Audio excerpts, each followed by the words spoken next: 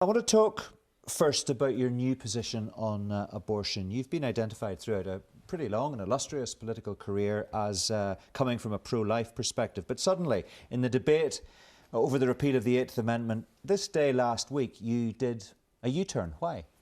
Well, I think, first of all, I did say before Christmas that I would read the presentations that were made to a parliamentary committee which has been sitting for a number of months now on this question, following an earlier consideration by a Citizens' Assembly on the question of repealing Article 43.3 in the Constitution in relation to abortion. And about 2 years ago, I would have met mothers who had to go to England for terminations of their babies following a diagnosis of fatal fetal abnormality. Now, they came into Dáil Éireann and spoke to us about the harrowing trauma that, first of all, the diagnosis represented for them, because they wanted to have their babies, but they got this diagnosis. They then went to England, they had to, that they bring the remains of their loved ones or their babies back in all sorts of circumstances. And for me, I resolved that's something I could not countenance future women having to go through if the opportunity came my way again as a legislator. Now, one cannot address that in the Republic without addressing Article 43.3, without essentially repealing it. Likewise, the issue of rape and incest. I have great difficulty in forcing a woman through to full pregnancy as a legislator if she's pregnant as a result of rape or incest. And the committee had a lot of presentations on that from obstetricians and gynecologists and also legal people. And what was interesting really was the obstetricians, who were very clear that the existing constitutional framework in the Republic acts as first of all, causes harm to women and has caused harm and death in one particular instance, and maybe more that we don't know of. And equally, has the threat of criminal sanction hanging over them in terms of their clinical interventions that they might make in various difficult situations or traumatic situations.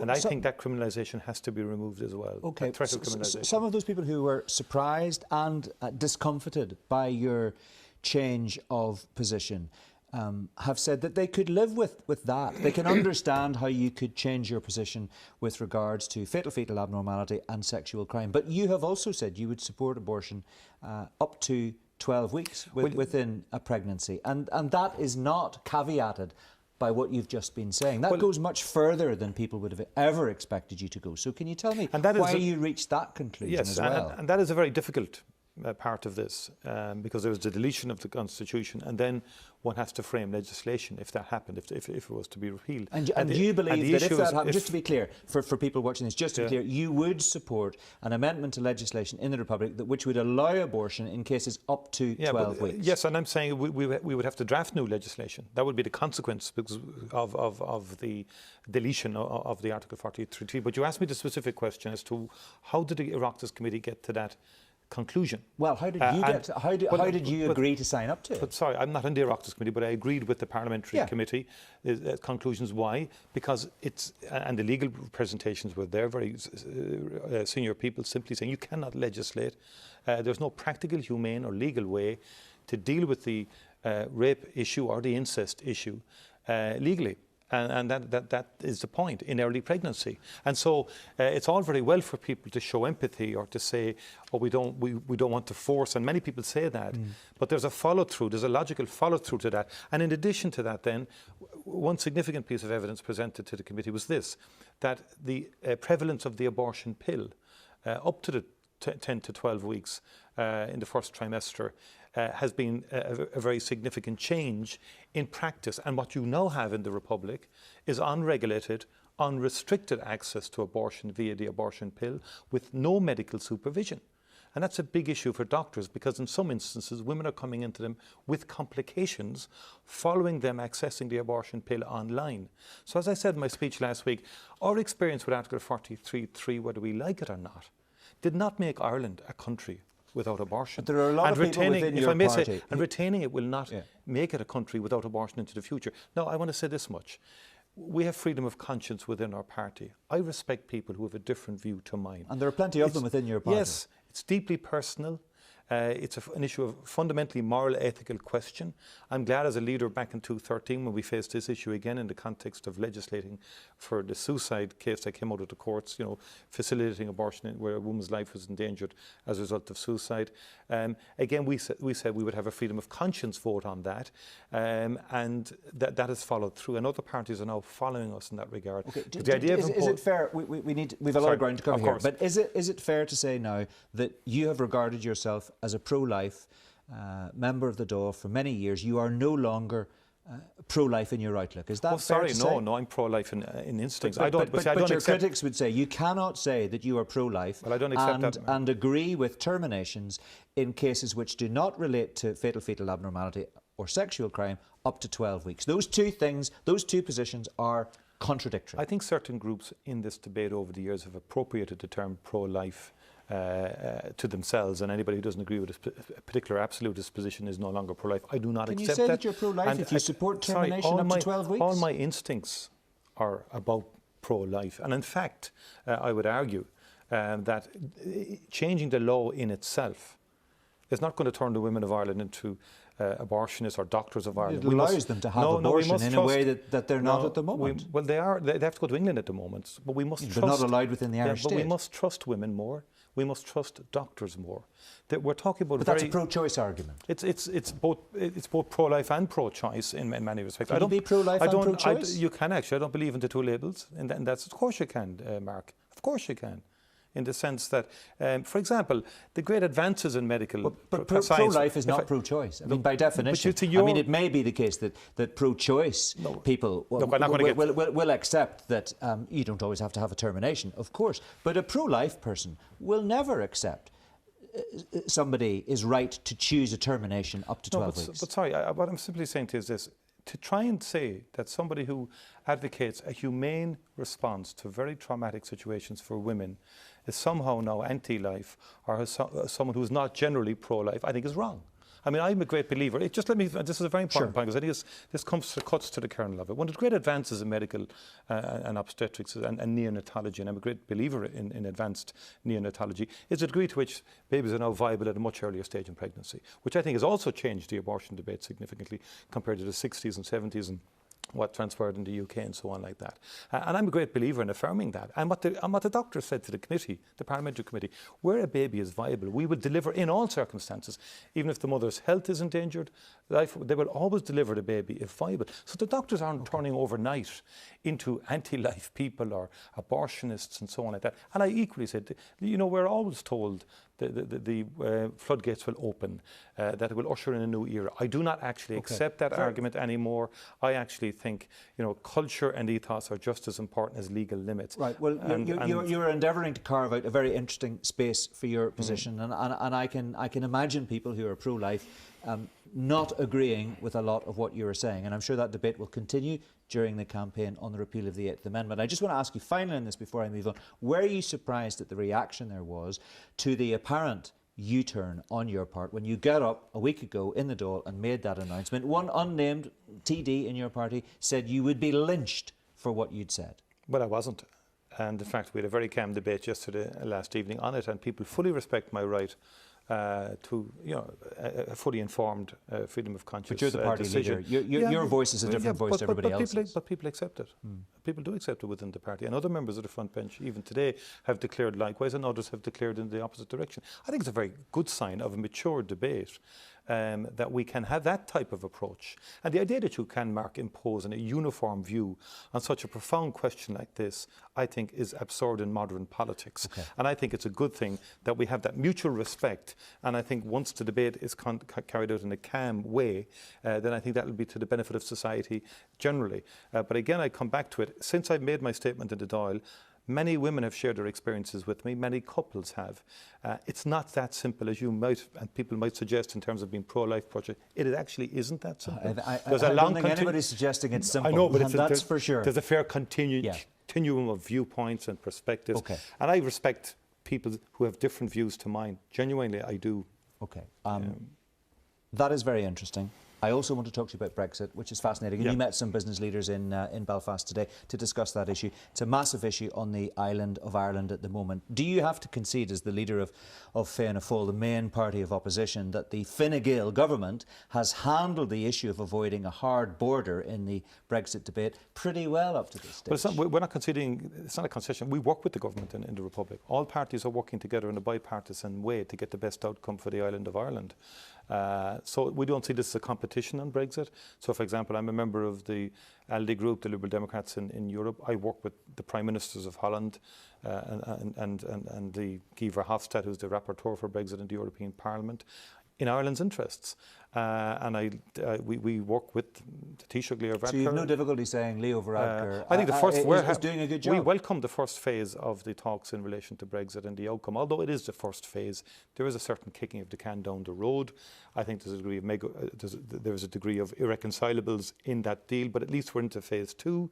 And I think there are commitments from the British government that there will not be a border. Now, there's a lot of fleshing out to be done yet in that respect. I had some concerns about the megaphone nature of the diplomacy that went on. Do you think it was a little ill-advised, perhaps, of Messrs Varadkar and Coveney to adopt such an uncompromising position with the UK on Brexit?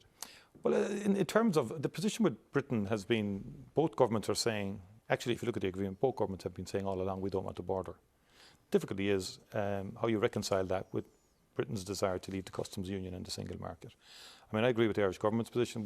I've articulated this very early on in Queen's University in the aftermath of Brexit, that we were really dismayed to see the UK government saying they want to come out of the customs union and come out of the single market, because that is damaging to Britain, damaging to the island of Ireland, the Northern Ireland, and the Republic. So we need good East-West trading relationship with Britain, and we need a very tariff-free relationship north and south on this island.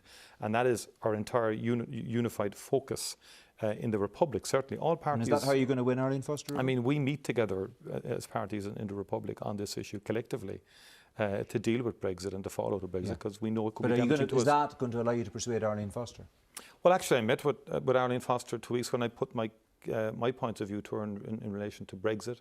The idea that I think there should be a special economic zone. She didn't rule it out, but she doesn't rule sound it like out she's either, desperately well disposed to No, it. I think if you look at anything that differentiates Northern Ireland from the rest of the UK, she's not happy about. Yeah, but I think, but the bottom line is, and I met with the Institute of Directors today, and it was interesting that they said to me, why is Northern Ireland so unlucky not to have a government at a time of great need? I mean, to me, Brexit demands the restoration of the executive and the restoration of the institutions, and there's an obligation on Arlene Foster and the DUP and on Sinn Féin in particular to put aside our differences and restore the executive and restore the institutions. And are you optimistic that that is going to happen? I would hope the talks started yesterday. They started yesterday. A lot of people hope so. I mean, most people seem to hope so. I've had discussions with Simon, but that's different from thinking it's actually going to happen. And I've had discussions with Simon Coveney, and I've been involved in these talks myself as a former Minister for Foreign Affairs. Of course. With the devolution of justice. I get a sense they may agree to go back. I think it's imperative that they do. I can think of no greater threat to Northern Ireland businesses, jobs, farming than Brexit. Now, we hope Britain and the EU can get it sorted ultimately in it, that the British government can get a coherent response to the issue. But really, if we accept that, and all the economic analysis is negative about Brexit, and we're about limiting the damage that Brexit can cause, surely, and I met the Scottish Minister and the Welsh Minister for Brexit, they're at the consultative ministers meeting, you know, with the London government. Northern Ireland has no voice there. What happens if the talks to restore devolution fail and we're looking again at the imposition of direct rule?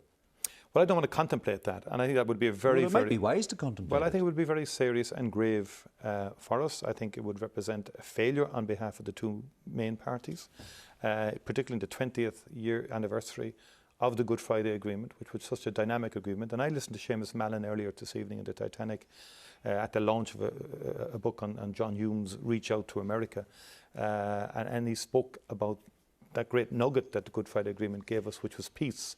And we shouldn't take any of that for granted. And in the 20th anniversary year of the Good Friday Agreement, I think there's an obligation on the parties really to put their differences aside. I actually don't think there's a whole lot between them. I think we all know that. Let me ask you this. This is a critical question. If there is a return to direct rule, should there be a beefed up role for Dublin in that? Well, Dublin will want, and Dublin will have a consultative role, but we would be looking clearly for inputs in relation to that. But I think that... What does that mean? But I think, you see, look, the agreement... Because immediately that makes unionists nervous, doesn't it? Well, the bottom line is the Good Friday Agreement is there. It spells out what's required. There's a consultative role spelled out there in terms... But it's an area that neither government wants to go down. The British government don't want to go consultative. down there. And now the British government don't want to go down there, and the Republic don't want to go down there. Bertie Ahern and Tony Blair, if you remember, had a particular formula of words for that scenario. Okay. But I think it would create difficulties of that, particularly with Brexit tied into it, because we have real concerns in the Republic about citizens in Northern Ireland who want to remain part of the European Union and should, because of the Good Friday Agreement being, part of the EU framework. Okay. I think it's important that the parties knuckle down. I meet people in the north, they're impatient with their politicians.